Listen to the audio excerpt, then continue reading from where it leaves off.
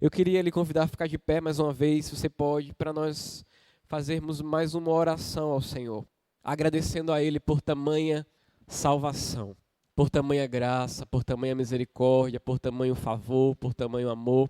E eu queria que você levasse os seus pensamentos a Deus e agradecesse a Ele, porque ali na cruz do Calvário Ele te alcançou com salvação, Ele te alcançou com libertação, Ele abriu os teus olhos espirituais e hoje você pode estar aqui para juntamente com o seu irmão, com a sua irmã, buscar o Senhor, buscar a sua presença e entregar a Ele a sua gratidão por tudo aquilo que Ele fez na sua vida e por tudo aquilo que Ele ainda irá fazer.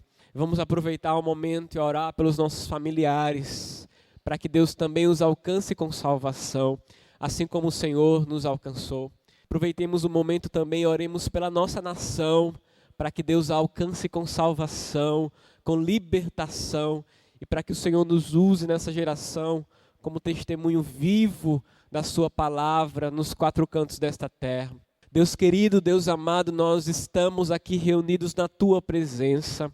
Nós te agradecemos, ó Deus, pelo privilégio maravilhoso de estarmos juntos como igreja para glorificar, para exaltar, para enaltecer o Teu santo nome por tudo que Tu és. A palavra fala que antes de os montes nascessem, ou que se formasse a terra e o mundo, de eternidade a eternidade, o Senhor é Deus. Nós somos como a Eva, Senhor do campo, que logo nasce, amanhã perece. Nós somos como a nuvem, Senhor, que logo se forma e depois se dissipa, mas de eternidade, eternidade, o Senhor é Deus. O Teu poder vai além da nossa compreensão. Antes de todas as eras, o Senhor já existia no trono de glória, de graça e de bondade. O Senhor está sentado e o Teu poder, Senhor, é maravilhoso. O Teu poder, Senhor, é esplendoroso e diante do Teu poder magnífico nós curvamos os nossos corações nesta manhã.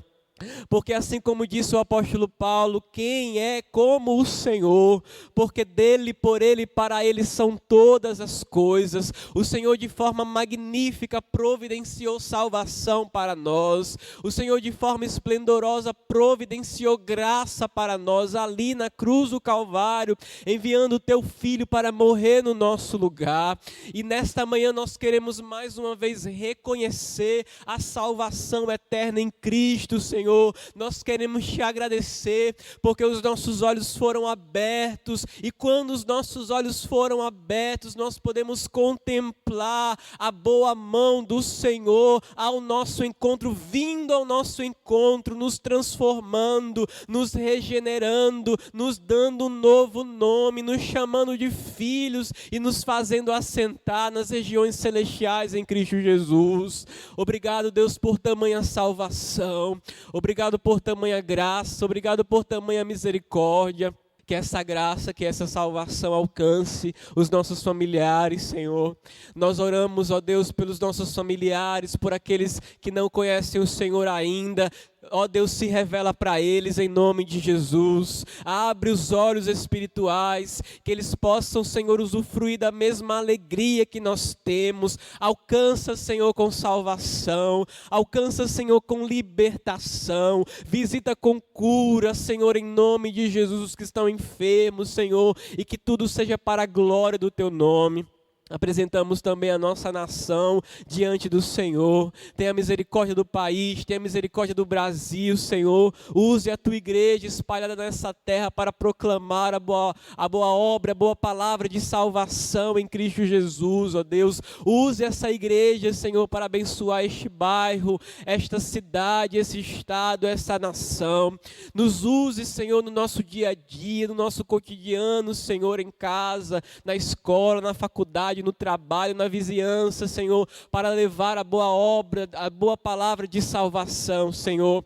E que a cada dia, Senhor, o nosso coração seja voltado para fazer a Tua vontade, o Teu querer e aquilo, Senhor, que Tens designado para nós. Nos abençoe nesta manhã mais uma vez, para que, ó Deus, compreendamos mais e mais da Tua palavra, e da ação gloriosa e poderosa do Teu Espírito na vida do Teu povo, na vida da Tua igreja. Em nome de Jesus, recebe o nosso louvor, recebe a nossa adoração. Amém.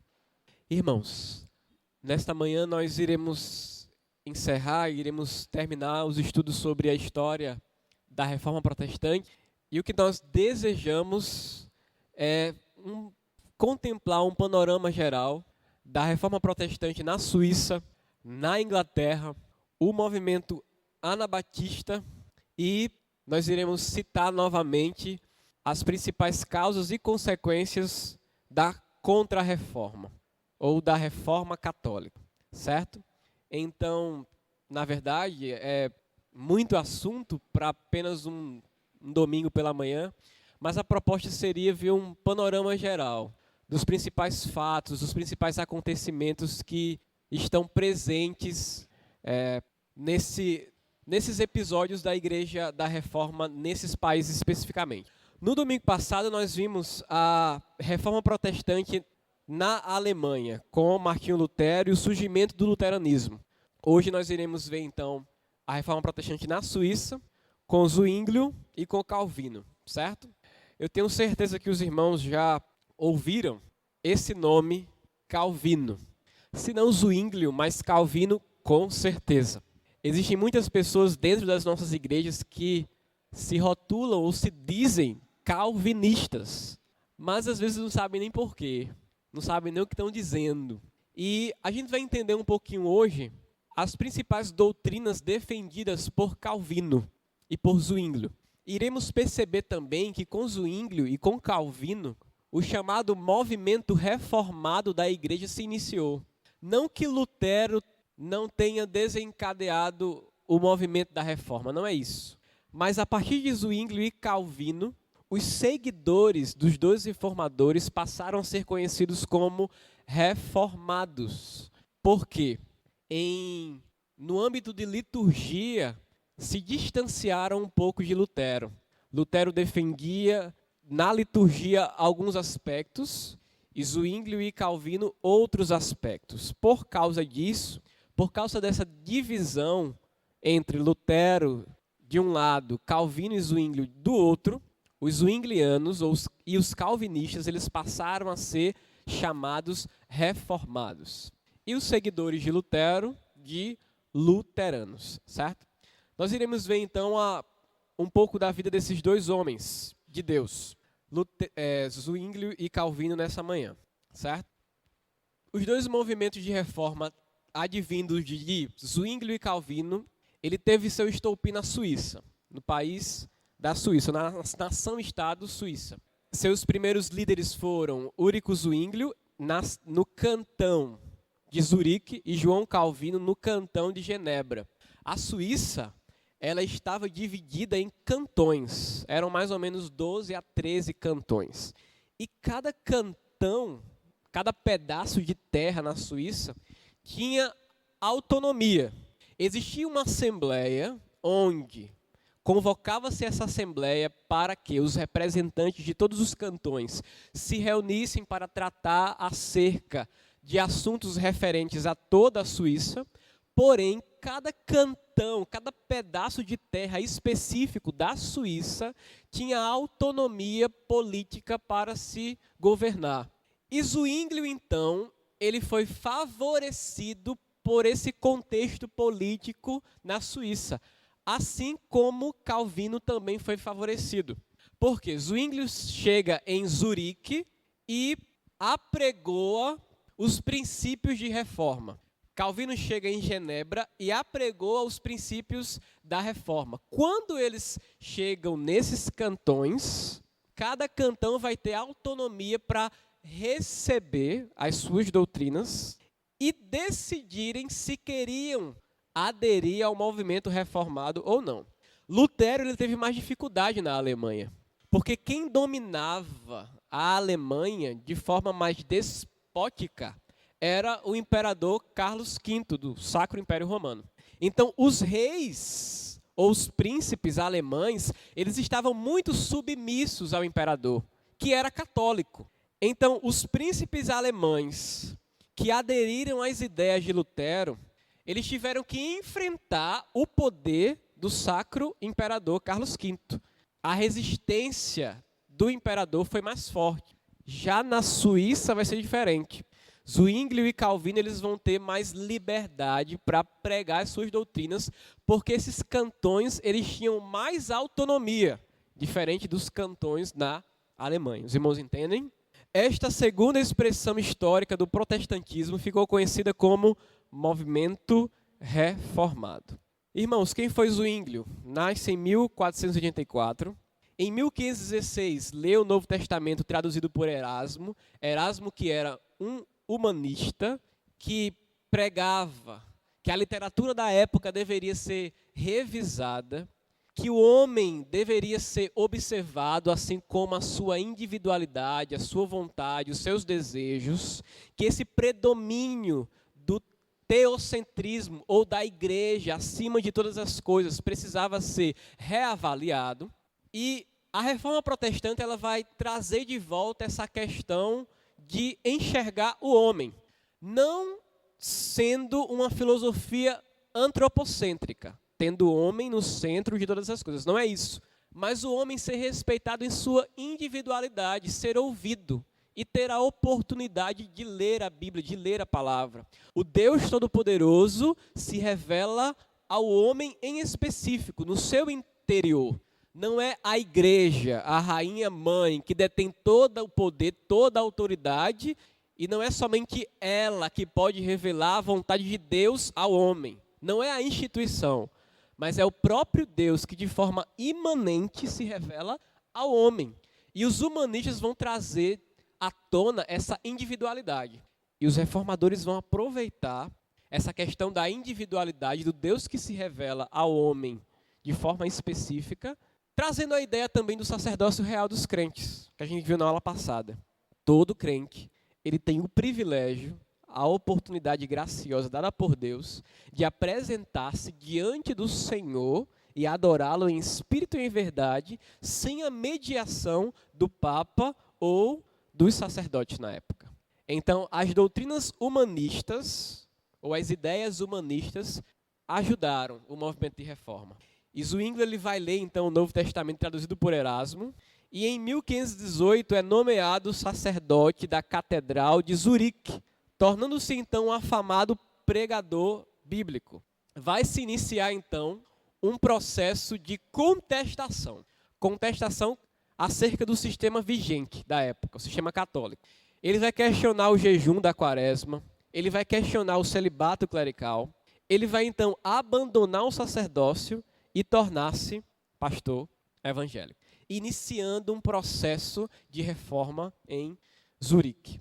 Zwinglio inicia os seus debates de forma pública em Zurique, convocando os líderes políticos da época também para, em seus 67 artigos, fundamentar naquilo que cria. Eu trouxe aqui para os irmãos os artigos, ou os 67 artigos de Zwinglio. No primeiro artigo ele fala o seguinte: todo que diz que o evangelho é nada sem a sanção da igreja, erra e blasfema contra Deus. A Igreja Católica afirmava que a Bíblia deveria ser somente interpretada com a sanção, com o aval da igreja. E Zwinglio então começou a se contrapor a isso. Erra e blasfema contra Deus, porque cada crente ele possui o privilégio, ele tem o direito de ler o Evangelho, de apregoar o Evangelho, de interpretar as Escrituras. O resumo do Evangelho é que nosso Senhor Jesus Cristo, verdadeiro Filho de Deus, nos fez conhecer a vontade de seu celestial Pai e nos redimiu da morte e nos reconciliou com Deus por sua inocência. Então, Cristo, olha só o que ele fala, é o único caminho para a salvação de todos que foram, estão agora ou serão salvos. Quando Zwinglio declara isso, Cristo é o único caminho para a salvação, parece meio óbvio. Sim, nós sabemos que Cristo é o único caminho para a salvação, mas não era isso que a igreja pregava na época. Cristo é o único caminho para a salvação, mas essa pregação tem que estar de acordo com o aval da igreja. Para alcançar essa salvação de forma meritória, eu preciso cumprir determinadas regras, normas estabelecidas pela igreja. A igreja dizendo que eu estou salvo, eu estou salvo. A igreja dizendo que eu estou condenado, mesmo que eu afirme que eu creio que ele morreu na cruz pelos meus pecados, que sua obra salvífica e os seus méritos na cruz são suficientes para mim. Se o Papa chegar e dizer, não, tem que ter assinatura minha, para que você tenha garantia de vida eterna. Eu estou condenado. Então a minha fé particular não era a única capaz de me levar aos céus. Era necessário a fé coletiva, estabelecida pela igreja. Muitos daqueles que hoje pensam que, pelo simples fato de serem de famílias evangélicas, ou filhos de pais evangélicos, ou por virem à igreja cotidianamente e cumprirem requisitos da igreja evangélica, acham que estão salvos. Então, essa realidade da Igreja Católica na época, ou do rebanho da Igreja Católica na época, não é muito diferente dos nossos dias, irmãos. Pessoas que pensam que, pelo simples fato de estarem na igreja e cumprirem requisitos estabelecidos pelo pastor ou por sua denominação, estão salvos, vão para o céu. Lê do engano. A gente vai para o céu porque cremos que Jesus morreu na cruz em nosso lugar.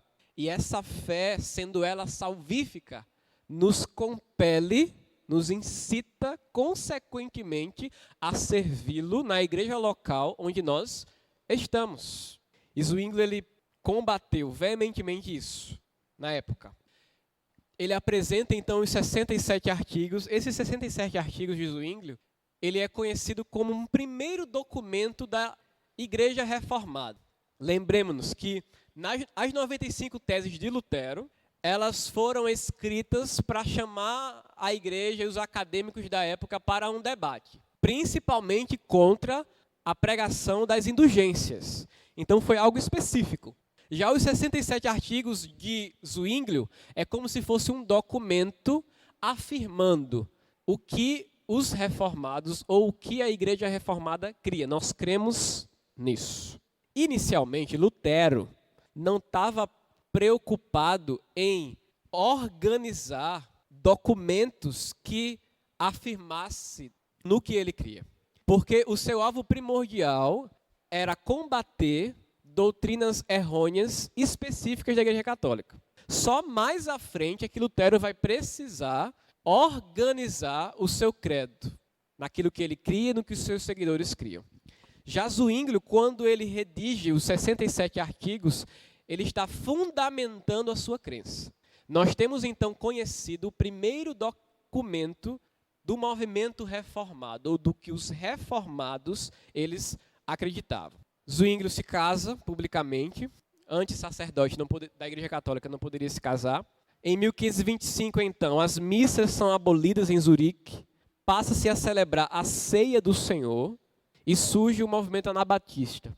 Missas abolidas, isso quer dizer que aquela ideia de que a cada missa Jesus Cristo ele morre novamente é colocada de lado. A ceia do Senhor agora passa a ser celebrada como um memorial. O pão não se transforma em corpo de Cristo. O vinho não se transforma em sangue de Cristo. O pão e o vinho representam o corpo e o sangue de Cristo. A ceia passa a ser celebrada. E a cidade de Zurique aceita, acata as ideias de Zwingli. Em 1529, ele se encontra com Lutero e outros líderes no colóquio de Marburg. Esse colóquio de Marburg foi bem interessante. Foi uma reunião de diversos líderes do movimento de reforma para que eles pudessem fazer um documento que declarasse em comum acordo no que eles acreditavam. Por exemplo, nessa reunião, nesse colóquio, estavam presentes Zwingli e Lutero. Zwingli e Lutero, eles eram contemporâneos. Enquanto o movimento de reforma estava acontecendo com Lutero na Alemanha, o movimento de reforma estava acontecendo na Suíça com Zwingli. Zwingli foi influenciado por Lutero. Só que o movimento de reforma na Suíça, advindo por Zwingli, ele vai se tornar independente do movimento de reforma de Lutero. Certo? Acontecem ao mesmo tempo. Lutero estava de lado de cá na Alemanha e Zwinglio estava do lado de cá na Suíça. Só que como Lutero, ele iniciou essa discussão contra as doutrinas da Igreja Católica, com as 95 teses, é claro que Zwinglio, do lado de cá, na Suíça, foi por ele influenciado. Nesse colóquio, foram estabelecidos 15 temas. Em 14 temas, os reformadores, na época, concordaram. Somente no 15º tema, eles discordaram, e por isso, o racha entre Lutero e os reformados, e Zwinglio, e mais à frente Calvino, ele prevaleceu. Que tema era esse? Santa Ceia. Porque, relembrando, para Lutero, Cristo, ele está presente ali. Ele está presente no momento da Santa Ceia. Claro que não fisicamente, não é? Os elementos não se transformam na carne e no sangue de Jesus, mas Cristo está ali presente espiritualmente no momento da Santa Ceia. Para Zwinglio e para Calvino, não. A Santa Ceia é apenas um memorial, não a presença de Cristo naquele momento. Para Lutero é como se Cristo ele tivesse envolto dos elementos. Todas as vezes que os luteranos celebram a Santa Ceia, é como se Cristo estivesse ali. A gente não pode afirmar fisicamente, porque fisicamente Jesus está à direita do Deus Pai Todo-Poderoso, pessoa física de Cristo. Só que é como se ele estivesse ali, envolto dos elementos, de forma espiritual. Nós podemos crer que Jesus está ali, com substanciação. Era o que Lutero cria. E Zwinglio e Calvino, não, apenas memorial. Por causa disso, Lutero vai rachar com Zwinglio e com Calvino. Dos 15 artigos no Colóquio de Marburgo, somente no 15º, do 15º eles não comungavam, que era a questão da Santa Ceia. Então, infelizmente, nós não tivemos uma unificação do movimento de reforma. Se Lutero tivesse acatado as ideias de Zwinglio e Calvino, nós teríamos um movimento de reforma inicialmente unificado. Mas essa unificação não aconteceu porque Lutero entendia a questão da Santa Ceia de forma diferente. Em 1531, Zwinglio vai morrer na Segunda Batalha de Capel. Interessante que durante esse período houve muitas guerras entre os católicos e os protestantes e os que aderiram no movimento de reforma na Suíça. E Zwinglio foi guerrear contra os católicos. Nessa época, era espada, era guerra, era luta, era sangue derramado. E Zwinglio vai morrer numa dessas batalhas. Lembremos-nos, igreja e Estado aqui estavam unidos. Um dos grandes problemas ainda de Lutero, Zwinglio, Calvino era a união de Estado e igreja. O Estado deixa de se submeter ao catolicismo romano. Mas uma vez que o Estado adere ao movimento reformado, proclamado por Zwinglio, Zurique passa a ser então toda ela reformada. Se eu não quiser, eu como habitante de Zurique, um cantão da Suíça, entendam, Suíça, a nação-estado, Zurique, um cantão, Genebra, um pedacinho de terra. Se eu não quiser ser reformado em Zurique, em Genebra, o que é que eu tenho que fazer? Sair de lá. Mas se eu quiser morar lá, eu tenho que ser reformado. Eu não posso ser católico. Então essa união entre Estado e Igreja ainda existia. E por causa dessa união, houve muitas dificuldades. Eles não se preocuparam, os reformadores, inicialmente, de desvencilhar Estado e Igreja. Por exemplo, o Estado não tem nada a ver com a gente. A Igreja não tem nada a ver com a gente. Não tem nada a ver com o Estado, não, de forma nenhuma. Ainda havia união de Estado com a Igreja. Temos aí alguns participantes, ou os participantes do Colóquio de Marburgo. O nome dos amados irmãos: Lutero, Justus Jonas, Felipe Melanchthon, André Osiandé, Estevão Agrícola, João Brentz, João Ecolampádio, Úrico Zwinglio, Martin Butzer e Gaspar Edio. João Calvino, vamos lá. Com a morte precoce de Zwinglio, o movimento reformado passou à liderança de Calvino. Genebra estava no sul da Suíça e Zurique estava no norte da Suíça. O pessoal do norte era mais zwingliano e o do sul, calvinista. Só que com o passar do tempo, o movimento calvinista toma o movimento zwingliano. E a Suíça ela vai se tornar toda calvinista, certo? Porque as ideias de Zwingli e Calvino eram muito correlatas, em muitos aspectos. Em 1509, Calvino nasce em Noyon, no nordeste da França. Os pais de Calvino são Gerard Calvin e Jeanne Lefranc. Em 1523, estuda humanidades e teologia em Paris. Lutero, ele não era teólogo por formação. Ele alcança o grau de bacharel em Direito e depois também doutor em Direito, mas ele não é teólogo por formação. É muito interessante isso. Ele passa a ser teólogo e se torna um dos principais teólogos do protestantismo, não tendo, nenhum grau, nenhuma formação em teologia, certo?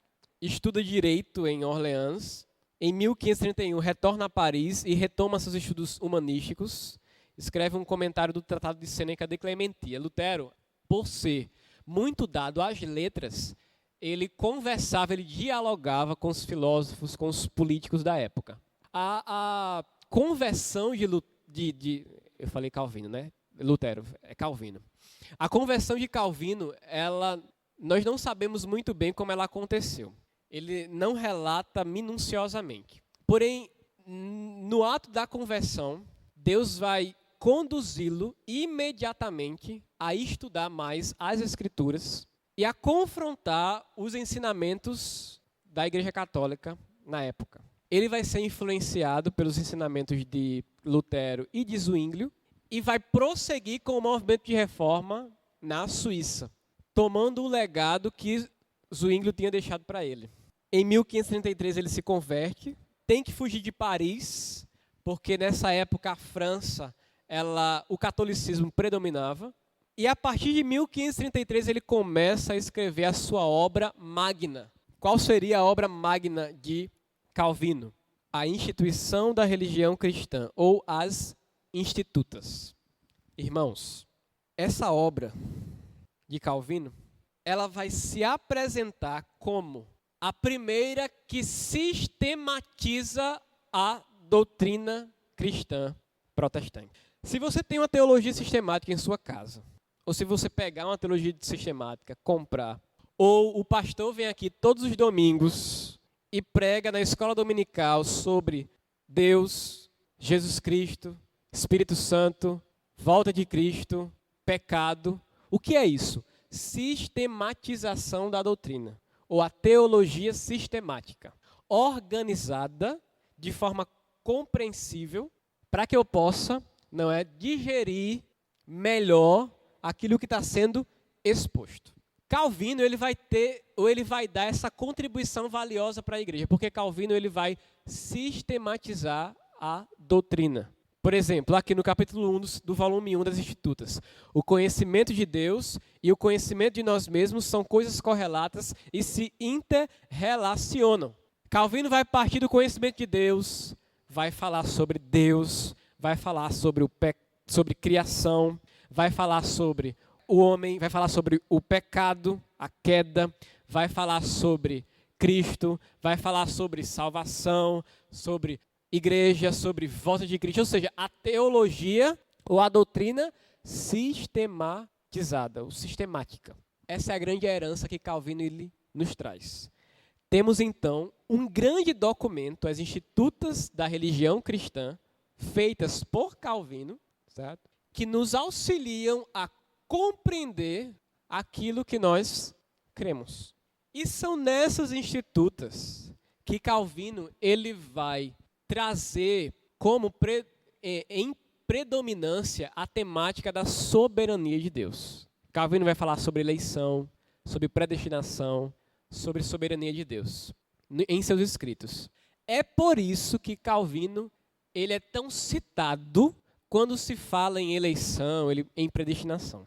Na verdade, o que Calvino fez foi sistematizar a doutrina da eleição e da predestinação, desenvolvida por Agostinho e pregada pelo apóstolo Paulo. A doutrina da eleição, a doutrina da predestinação, ela foi pregada pelo apóstolo Paulo, desenvolvida por Agostinho de Hipona e sistematizada por Calvino. Às vezes Calvino ele recebe todos os méritos por ter resgatado essa doutrina, mas a doutrina da predestinação ou da eleição é bíblica. Paulo já falava acerca disso. Agostinho, no século VI da era cristã, já ressaltava essa doutrina. O boom de Calvino foi organizá-la, sistematizá-la, para que nós a compreendêssemos melhor. É por isso que muitas vezes predestinação se confunde com Calvino. O calvinista, eu sou calvinista porque eu creio na predestinação. Não, você crê na doutrina da predestinação porque você é crente. Não é porque você é calvinista. Porque é bíblico, porque está na palavra de Deus. Entendem? Mas foi Calvino quem sistematizou a doutrina. E por isso, tanto reconhecimento a ele. Certo, irmãos? Guilherme e Farel convencem a ficar em Genebra. Calvino, na verdade, não queria ir para Genebra. Queria ficar em Estrasburgo, queria ficar em seu gabinete, teologando, escrevendo, compartilhando do evangelho, não é? Em sua igreja local. Só que Farel, que era um reformador de Genebra, o convence a ficar, ou ir para Genebra, da pior forma possível. Farel chega para ele e diz: se você não for, a ira de Deus vai cair sobre a sua cabeça. Deus vai lhe castigar. E Calvino entendeu aquilo como uma profecia, teve medo e correu para Genebra. Foi para Genebra, tornando-se então lá o reformador de Genebra. E toda a Genebra passa a aderir ao movimento reformado calvinista. Toda a Genebra.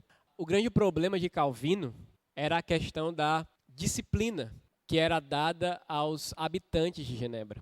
Por exemplo, se alguém se levantasse e dissesse que as doutrinas de Calvino estavam em desacordo com as Escrituras, ou que os reformadores, ou que Calvino pregava heresia na época, a disciplina eclesiástica ela era mortal. Entendam o mortal como morte mesmo. Agora, nós temos que entender o contexto da época. Fé estava ligada à vida ou à morte. Aqueles que não criam como os reformadores pregavam, ou iam embora, ou teriam que aderir aos seus ensinamentos. Senão, a morte os esperava. Por exemplo, um médico na época, chamado Miguel de Serveto, se levantou pregando contra a doutrina da Trindade. Agora, claro, aqui, Trindade, uma doutrina bíblica e que era defendida por todas as alas dos reformadores. Por causa disso, esse médico ele foi morto com consentimento de Calvino. As heresias elas não eram permitidas. Era morte na certa, certo? Nessa questão de disciplina, de combate às heresias, Calvino ele era bem enfático, bem feraz, bem feroz. Morte para aqueles que se contrapunham aos ensinamentos reformados. Em 1538, devido a conflitos com as autoridades civis, ambos são expulsos, certo? Tanto Calvino como Farel. Ele passa 3 anos em Estrasburgo, pastoreia uma igreja de refugiados franceses, participa de conferências com o reformador Martin Bucer, onde eles agora vão conversar, vão dialogar sobre as doutrinas da reforma. Leciona na academia de João Strauss. As academias na época as escolas da época começam a querer debater as ideias dos reformadores. Calvino se casa também, escreve diversas obras e depois ele vai retornar para Genebra, escreve as ordenanças eclesiásticas, enfrenta uma luta constante com os magistrados na época, essa oposição entre Estado e Igreja, torna-se cidadão de Genebra, funda a academia e publica a sua última edição das Institutas e morre no dia 27 de maio. Quais são os princípios calvinistas? O legado de Calvino. A soberania de Deus na criação, providência e redenção. Lutero ele enfatizava muito justificação pela fé. Calvino enfatizava muito a soberania de Deus. Quando eu falo enfatizava, o enfatizar em suas pregações, em seus escritos. Não é que Calvino não pregava ou não cria na justificação pela fé. Claro que cria e pregava. Mas as suas pregações sempre se voltavam para a soberania de Deus. E essa soberania de Deus exercida também no ato de salvação, quando Deus ele predestina aquelas pessoas que iriam herdar a vida eterna. Outro legado de Calvino, estudo sério e criterioso das Escrituras, a importância da educação para os pastores e os crentes em geral, governo representativo através de presbíteros e concílios. Vai se iniciar então o ideal presbiteriano, onde a igreja era organizada ou era liderada por um presbitério. Esse presbitério era um concílio que dizia como a igreja deveria caminhar. O sistema de governo presbiteriano ele vai ter o seu boom e o seu desenvolvimento somente com John Knox, lá na Escócia. Mas esse sistema presbiteriano ele vai começar a se desenvolver também em Genebra, na liderança de Calvino. Irmãos, surge outro movimento de reforma, os chamados anabatistas. Vimos Zwinglio, Calvino, na Suíça, e os anabatistas, que iniciou também na Suíça. Só que os anabatistas vão se diferenciar dos outros movimentos de reforma, por Lutero, Calvino e Zwinglio. Por quê?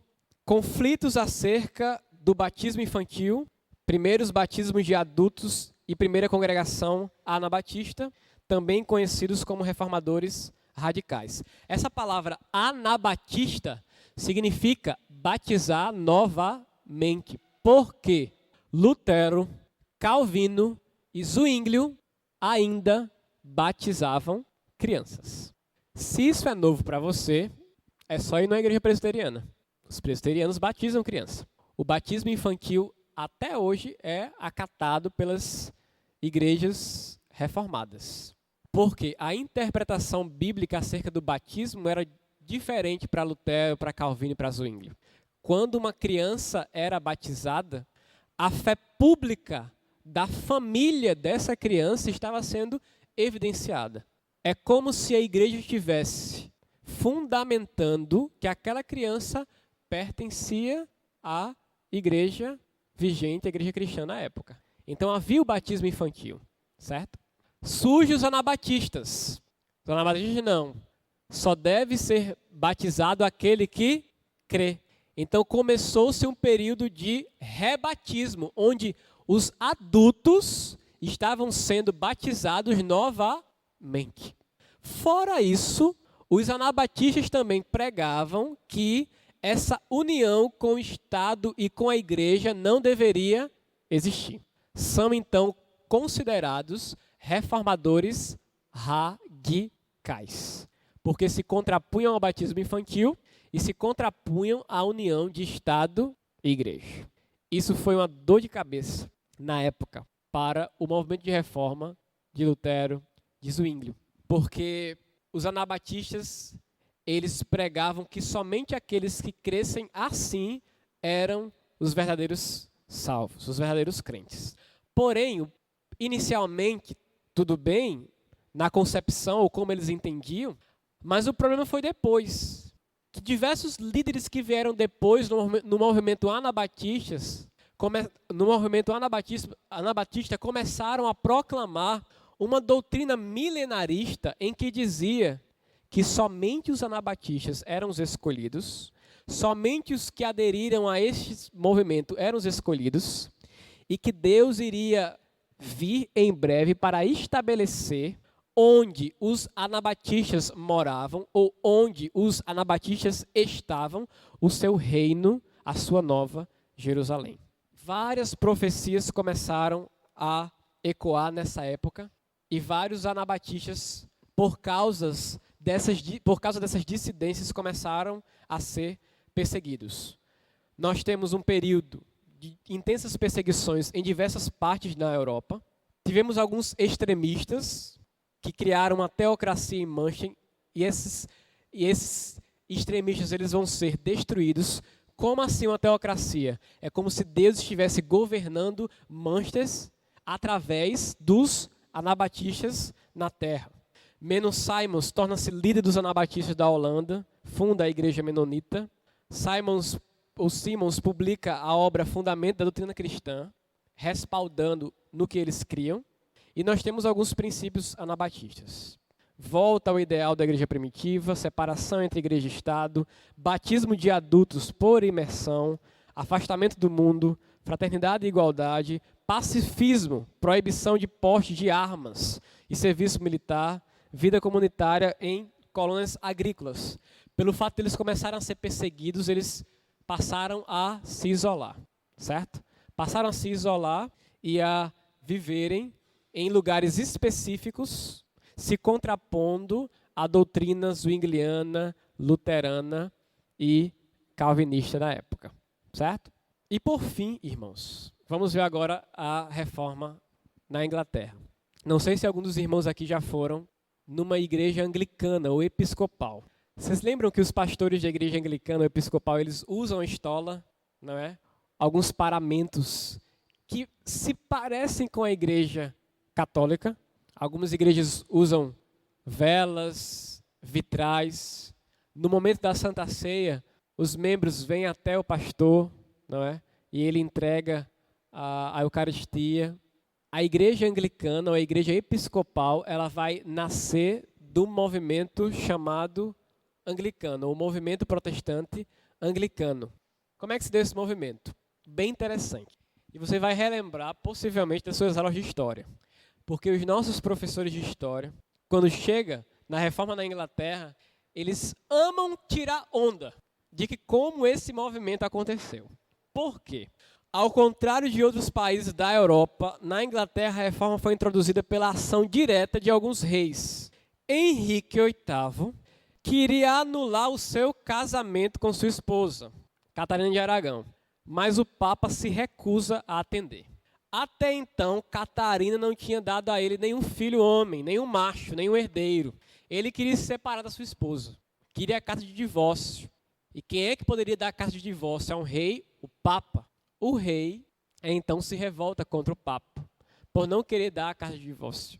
Se separa de Catarina para se casar com Ana Bolena, e por causa disso, o rei da Inglaterra, Henrique VIII, rompe com a Igreja Católica. Mas calma, não foi somente por causa disso. Isso é o que os nossos professores de história eles gostam de fazer, ou de afirmar, que a reforma na Inglaterra só houve porque o rei queria se separar da sua esposa, queria se casar com outra, o Papa não permitiu, ele então rachou com a Igreja Católica e se tornou o líder da igreja chamada anglicana. Anglicana vem de anglo-saxão, a Grã-Bretanha na época, não é? Um tribunal eclesiástico, então, da igreja anglicana declara nulo o casamento do rei. Claro, o tribunal eclesiástico totalmente submisso ao rei, certo? Em 1534, o que acontece? Das principais datas da história do protestantismo. O ato de supremacia reconhece o rei como chefe supremo da igreja da Inglaterra. Quem é o chefe supremo agora da igreja na Inglaterra não é mais o Papa, é o próprio rei Henrique VIII, certo? Por isso, igreja episcopal, porque é o rei quem manda na igreja.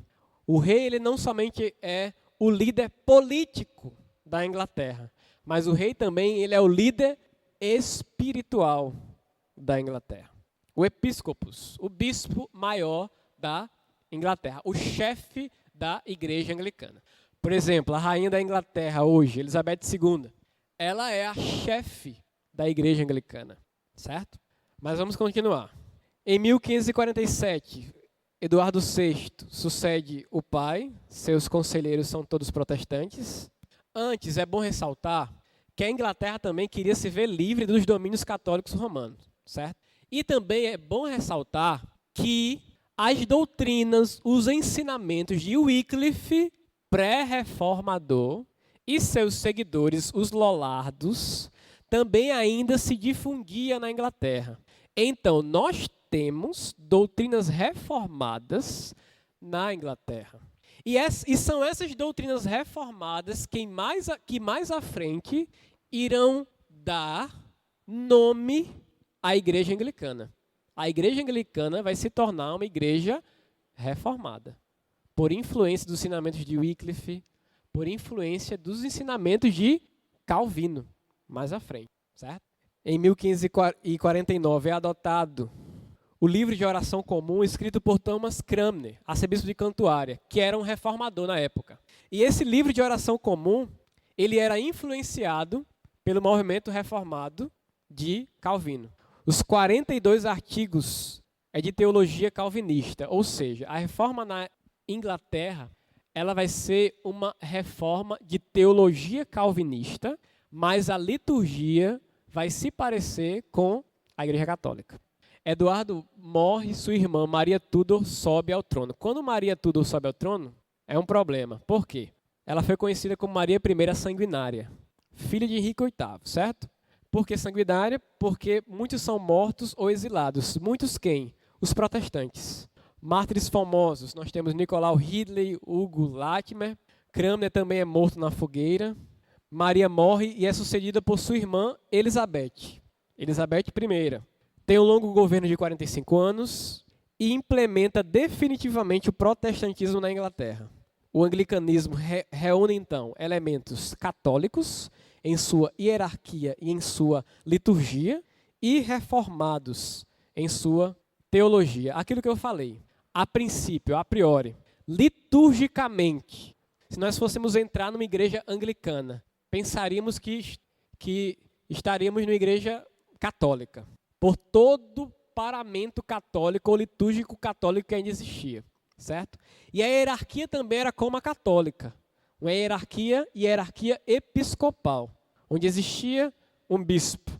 Só que a teologia da igreja anglicana, ela era reformada. Irmãos, a história da igreja anglicana não para por aqui. Tem muito pano para manga. É da Inglaterra que irá surgir o denominacionalismo.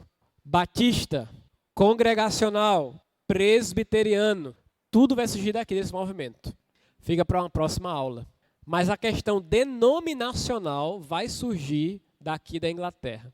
Eu sou cristão protestante e me denomino congregacional. Eu sou cristão protestante e me denomino presbiteriano. Eu sou cristão protestante e me denomino episcopal. Me denomino batista. Esses movimentos denominacionais vão surgir daqui. Por último, nós temos aqui um resumo dos princípios dos reformadores. A Escritura, única regra de fé e prática, sola Escritura. Cristo como único mediador, solos Christus. Salvação pela graça mediante a fé, sola gratia e sola fides. E o sacerdócio universal dos fiéis, ou dos crentes. Juntando, irmãos, todos os reformadores e as suas doutrinas, nós vamos perceber que eram isso que eles enfatizavam. E a Igreja Católica fica onde? 1546, Concílio de Trento, contra-reforma. Na contra-reforma, a Igreja Católica, ela vai estabelecer algumas metas. Eu queria citar 3 principais metas aqui, ou que a igreja estabeleceu. Primeiro, o índex. Fizeram uma lista de livros proibidos, livros que os católicos não deveriam, não poderiam ler. E nesses livros estavam, os livros dos protestantes. Segundo, é organizada a ordem dos jesuítas. Os jesuítas o quê? Os grandes missionários católicos que levaram o catolicismo para as terras que estavam aparecendo na época para a Europa, como por exemplo o Brasil. Os jesuítas vieram aqui para o Brasil e catequizaram, foram responsáveis por catequizar os índios. Nós tivemos também no Concílio de Trento a aceitação dos chamados livros apócrifos. Foi nesse período que os livros apócrifos eles foram acatados pela Igreja Católica da época, afirmando que esses livros eles eram canônicos. E a Igreja Católica, na época também, reprimiu e se contrapôs aos ensinamentos dos protestantes, perseguindo-os, instituindo ou trazendo de volta uma terceira coisa que eu queria lembrar para os irmãos, a Inquisição. A Inquisição ela é reativada e todos aqueles que se contrapunham aos ensinamentos católicos, não somente os protestantes, mas outros, eles eram perseguidos. Então, Contra-Reforma, Inquisição é reativada. Index, a lista de livros proibidos. E terceiro, a Ordem dos Jesuítas, os missionários que deveriam, a partir daquele momento, apregoar o catolicismo romano, se contrapondo ao protestantismo. Ok? É muita informação. Mas digam junto comigo, Deus é bom. Deus é bom e nos alcançou com a salvação gloriosa.